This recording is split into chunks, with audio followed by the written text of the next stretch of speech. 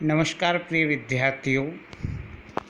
Online शिक्षण में आपका हार्दिक स्वागत है। कक्षा 8 विषय विज्ञान, अध्याय 3 संश्लेषित रेशे और प्लास्टिक।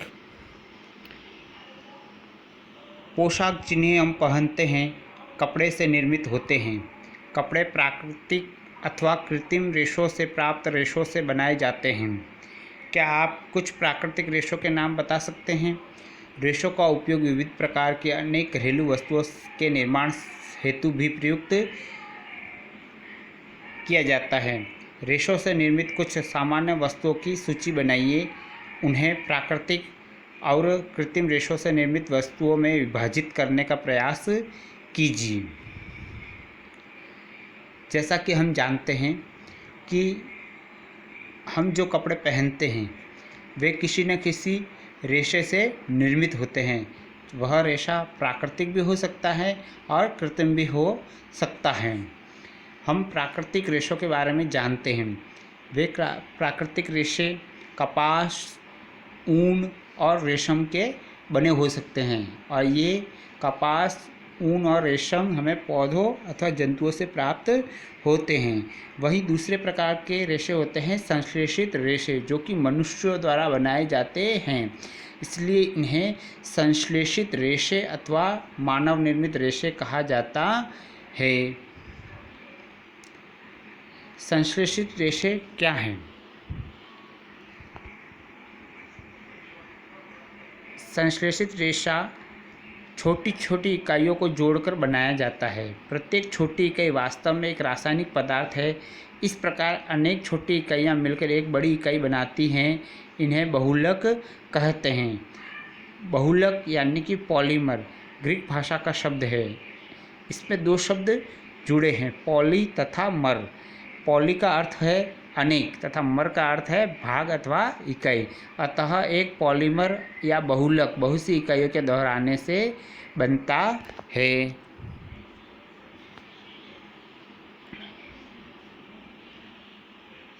बहुलक प्रकृति में पाए जाते हैं, जैसे कि कपास। कपास एक बहुलक है जिसे हम सेलुलोज कह सकते हैं। सेलुलोज बड़ी संख्या में ग्लूकोज इकाइयों द्वारा निर्मित होता है। संश्लेषित रेशों के प्रकार, जैसा कि हमने पिछली कक्षाओं में अध्ययन किया है, रेशम कीट से प्राप्त किया जाता है। इसकी खोज चीन में हुई थी और इसे लंबे समय तक कड़ी सुरक्षा में गोपनीय रखा गया। रेशों से प्राप्त कपड़ा बहुत महंगा होता है, परंतु इसकी सुंदर बनावट ने प्रत्येक व्यक्ति को मोह लिया है। रेशम को कृत्रिम रूप से बनाने के प्रयास किए गए। 19वीं शताब्दी के अंतिम छोर पर वैज्ञानिकों को रेशम समान गुणों वाले रेशे प्राप्त करने में सफलता प्राप्त हुई। इस प्रकार का रेशा काष्ठ लुगदी के रासायनिक उपचार से प्राप्त किया गया। यह रेशा रेयॉन अथवा कृत्रिम रेशम कहलाया। यद्यपि कृत्रिम रेशम प्राकृतिक स्रोत काष्ठ लुगदी से प्राप्त किया जाता है, यह एक मानव निर्मित रेशा है। यह रेशम से सस्ता होता है, परंतु इसे रेशों के समान बुना जा सकता है। इसे रंगों की कई किस्मों में रंगा जा सकता है। रेयॉन को कपास के साथ मिलाकर बिस्तर की चादरें बनाई जाती हैं तथा अथवा ऊन के साथ मिलाकर कालीन या गलीचे बनाए जाते हैं। जैसा कि चित्र 3.2 में दिया गया है, रेयॉन से निर्मित वस्तुएं। 3.3 में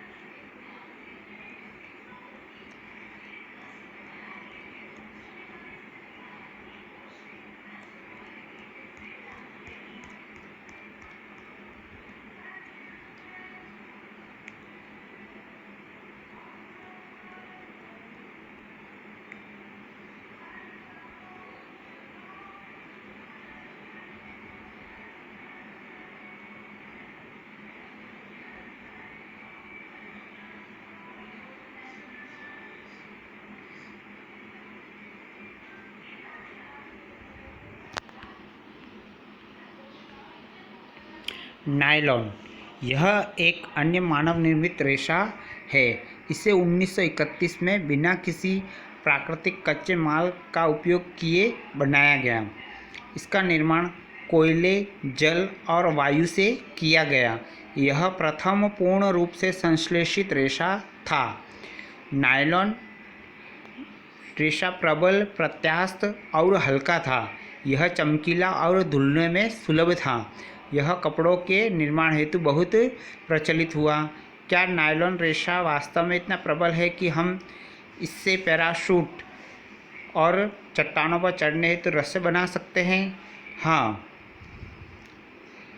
हम नायलॉन से निर्मित कई वस्तुओं को उपयोग में लाते हैं, जैसे जुराबें, रस्से, तंबू, दांत साफ करने का ब्रश, कारों की सीट के पट्टे, स्लीपिंग बैग, पर्दे आदि। नायलॉन का उपयोग हम पैराशूट निर्माण में तथा चट्टानों पर चढ़ने हेतु रस्सों के निर्माण में करते हैं। नायलॉन का तार इस्पात के तार से अधिक प्रबल होता है। इस बात को जानने के लिए हम एक क्रियाकलाप कर सकते हैं। हम एक लैंप लेकर लोहे का स्टैंड लेकर उससे 60 सेंटीमीटर लंबी सूती धागा बांध सकते हैं। इसे क्लैंप से बांधकर स्वतंत्र रूप से लटक जाए, इस प्रकार रखते हैं। मुक्त सिरे पर, यानी कि जो स्वतंत्र सिरा है, वहाँ पर एक हुक लगाकर पलड़ा बांध देते हैं, जिसमें बाट रख सकते हैं। पलड़े में एक एक करके बाट तब तक रखते चले जाएं जब तक कि धागा टूट न जाए। धागों को तोड़ने हेतु आवश्यक कुल भार को लिखते हैं। यह भार रेशे का सामर्थ्य बताता है।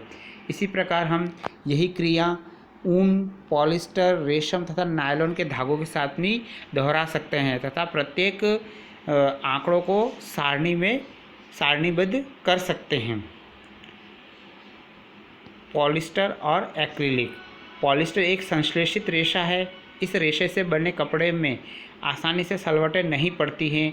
यह सपाट रहता है और सरलतापूर्वक धुल जाता है, अतः यह वस्त्र सामग्री हेतु पर्याप्त उपयोगी पदार्थ है। इन्हीं कारणों से हम पॉलिस्टर का उपयोग अधिक करते हैं। अतः यह वस्त्र सामग्री निर्माण हेतु पर्याप्त उपयोगी पदार्थ है। आपने लोगों को सुंदर पॉलिस्टर कमीजें और अन्य परिधान पहने अवश्य देखा होगा। टेरिलिन एक लोकप्रिय पॉलिस्टर है। इसे बहुत महीन रेशों में खींचा जा सकता है, फिर उन्हें किसी भी अन्य तंतु समान बुना जा सकता है।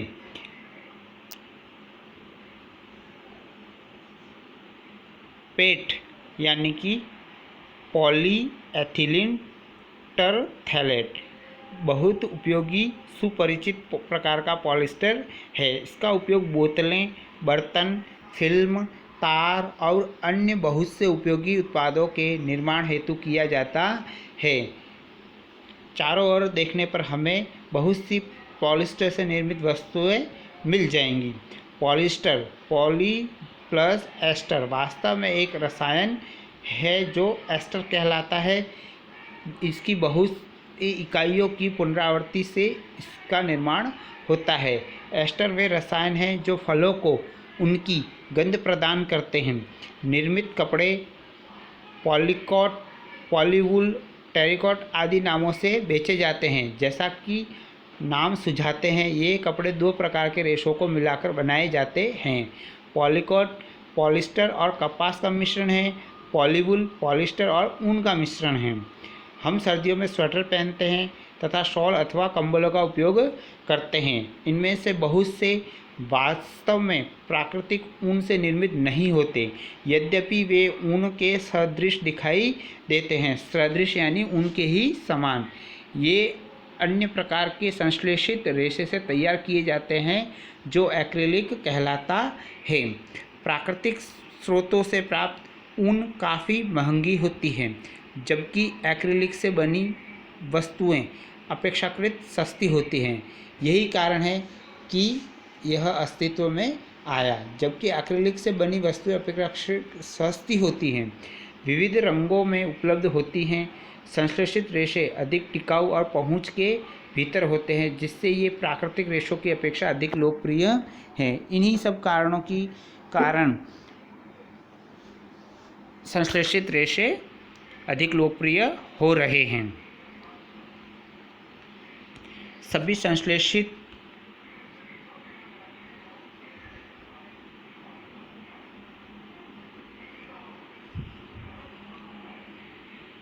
आप पूर्व में एक प्राकृतिक रेशों को जलाने का क्रियाकलाप कर चुके हैं। यदि आप संश्लेषित रेशों को जलाने का प्रयास करें तो आप पाएंगे कि इनका व्यवहार प्राकृतिक रेशों से भिन्न था। यह आप भी पाएंगे कि संश्लेषित रेशे गर्म करने पर पिघल जाते हैं। यह वास्तव में संश्लेषित रेशों का एक हानिकारक गुण है। यदि वस्त्रों में आग लग जाती है तो यह बहुत आपदाजनक हो सकता है। कपड़ा पिघल जाता है और पहनने वाले व्यक्ति के शरीर से चिपक जाता है। अतः हमें प्रयोगशाला अथवा रसोई घर में कार्य करते समय संश्लेषित वस्त्र नहीं पहनने चाहिए। सभी संश्लेषित रेशे पेट्रोलियम मूल के कच्चे माल, जो पेट्रो रसायन कहलाते हैं, से विविध प्रक्रमों द्वारा तैयार किए जाते हैं। संश्लेषित रेशों के गुणधर्म। कल्पना कीजिए आज वर्षा का दिन है। आप किस प्रकार का छाता प्रयोग में लाएंगे और क्यों? संश्लेषित रेशों अद्वितीय गुणधर्म वाले होते हैं, जो उन्हें परिधान सामग्री हेतु लोकप्रिय बनाते हैं। जो इन्हें परिधान सामग्री ये शीघ्र सूखते हैं, अधिक चलाऊ, कम महंगे, आसानी से उपलब्ध और रखरखाव में सुविधाजनक हैं। इस हेतु हम एक क्रियाकलाप कर सकते हैं। एक आकार के दो कपड़े के टुकड़े लेते हैं। यह दोनों टुकड़े आधा आधा वर्ग मीटर के हो सकते हैं। इनमें से एक प्राकृतिक रेशों से निर्मित तथा दूसरे संश्लेषित रेशों से निर्मित कपड़ा हो सकता है। इन कपड़ों के चयन हेतु हम माता पिता की मदद भी ले सकते हैं। टुकड़ों को पृथक यानी कि अलग अलग बीकरों या मगों में भिगोया जाता है, जिनमें बराबर मात्रा में जल भरा हुआ हो। 5 मिनट बाद कपड़ों के टुकड़ों को पात्रों से निकालकर और कुछ मिनट धूप में फैलाते हैं। अब प्रत्येक पात्र में शेष रहे जल के आयतन की परस्पर तुलना करते हैं। हम देखते हैं कि संश्लेषित रेशा जिस बीकर में डाला था उसका पानी का आयतन अधिक है तथा प्राकृतिक रेशे वाले कपड़े को जिस बीकर या मग में हमने भिगोया था उसका आयतन कम है। अतः स्पष्ट है कि संश्लेषित रेशा अधिक पानी को अपने अंदर सोख सकता है तथा संश्लेषित रेशा अपने में कम पानी को सोख सकता है। अतः प्राकृतिक रेशे से निर्मित कपड़ा देरी से सूखेगा तथा संश्लेषित रेशे से निर्मित कपड़ा प्राकृतिक रेशे से बने कपड़े की अपेक्षाकृत जल्दी सूखेगा।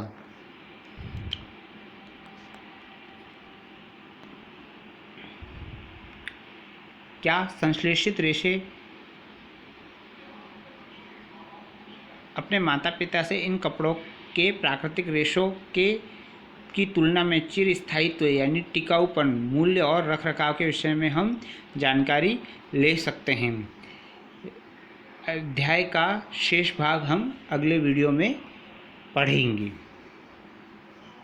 धन्यवाद।